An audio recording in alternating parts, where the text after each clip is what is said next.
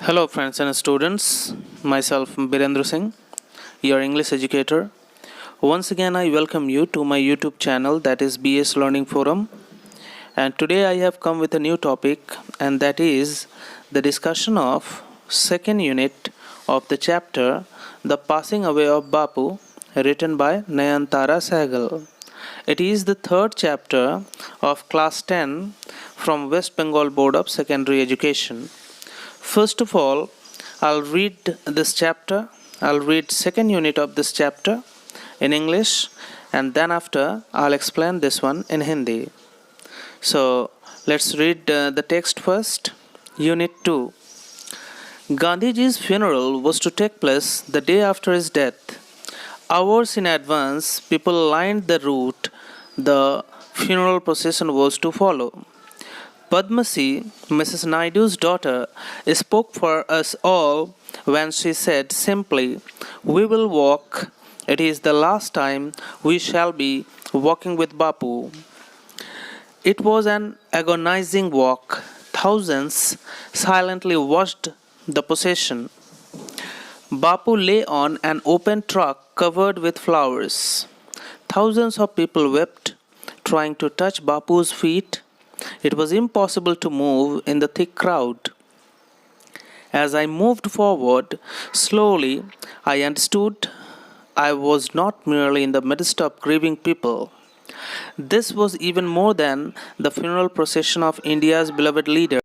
I was among people for whom walking with Bapu had a special meaning.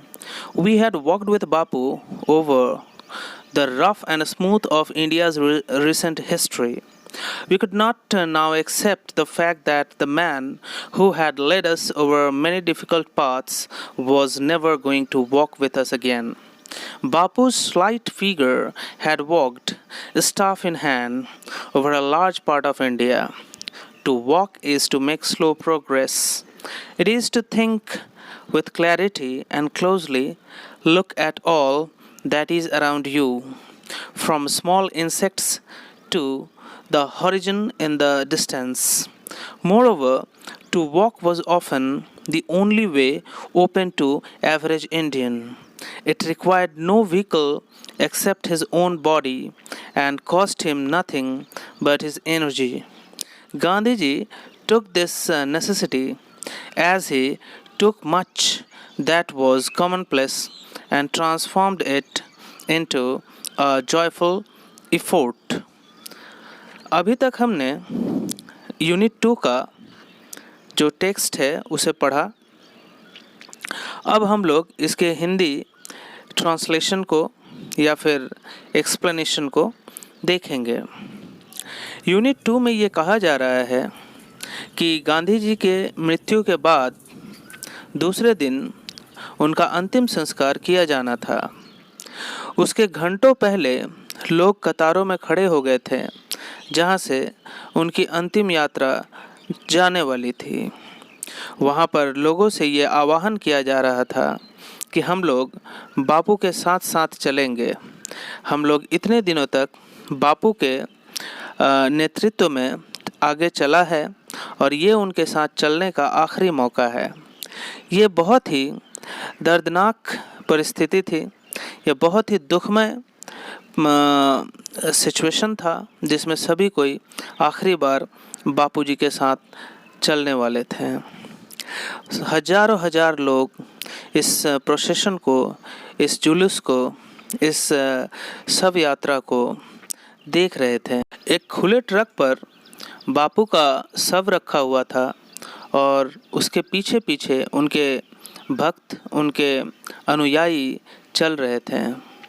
हजारों लोग रुदन करते हुए सभी कोई बापू के चरणों को एक बार स्पर्श करना चाह रहे थे. यह काफ़ी इम्पॉसिबल महसूस हो रहा था इतने लोगों के भीड़ के बीच से ट्रक को आगे बढ़ाना. लोगों की भावनाएं जुड़ी हुई थी गांधी जी के साथ. जैसे जैसे मैं आगे बढ़ रही थी मुझे यह समझ में आया मैं केवल दुखी लोगों के समूह में नहीं खड़ी हूँ. यह दृश्य कुछ ज़्यादा ही कह रहा था. इस दृश्य में एक शव यात्रा से बढ़कर कुछ छिपा हुआ था, और वो था अपने प्रिय नेता के प्रति अंतहीन प्रेम और स्नेह।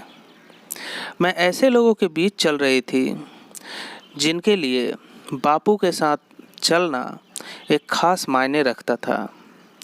हम लोग बरसों तक बापू के नेतृत्व में आगे चला है, और अब भी लोग उनके साथ चल रहे थे। हम लोग इस बात को स्वीकार नहीं कर पा रहे थे कि जिस नेता ने, जिस व्यक्ति ने कठिन परिस्थितियों में हमारा साथ दिया, हमें आगे लेकर चले, अब वो हमारे बीच नहीं रहे हैं। बापू का सूक्ष्म शरीर, बापू का निर्जीव शरीर पड़ा हुआ था ट्रक पर।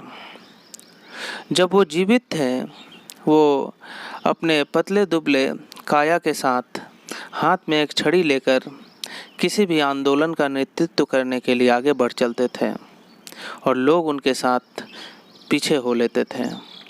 और इस तरह से क्रमशः किसी भी कठिन परिस्थिति में मुकाबला करते हुए लोग गांधी जी के नेतृत्व में हर समाधान को प्राप्त करते थे। यह साफ साफ समझ में आ रहा था कि छोटी छोटी बातों में और छोटी छोटी लड़ाइयों में गांधी जी का सिद्धांत और उनका नेतृत्व लोगों के काम आता था और लोगों के लिए मार्गदर्शक बनता था। जो भी हो, लोग उनके साथ चलते जा रहे थे। उनकी सब यात्रा में चलने के लिए किसी भी गाड़ी की आवश्यकता नहीं थी, किसी भी वाहन की आवश्यकता नहीं थी। आवश्यकता थी सिर्फ अपने शरीर की, और ईंधन था हमारा ऊर्जा। इसी के साथ लोग सब यात्रा में साक्षी बन रहे थे।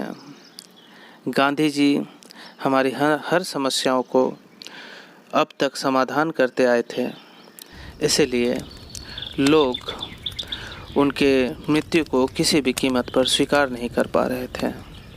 इस प्रकार हमने यूनिट 2 को पढ़ा और उसका हिंदी मीनिंग समझा।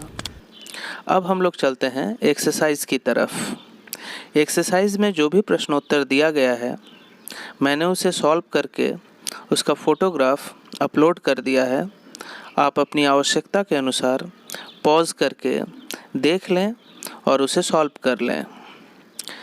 Thank you for visiting my channel, and thanks for watching this video. Please do visit my channel again for further knowledge and information, and please like, share and subscribe the video. Thank you.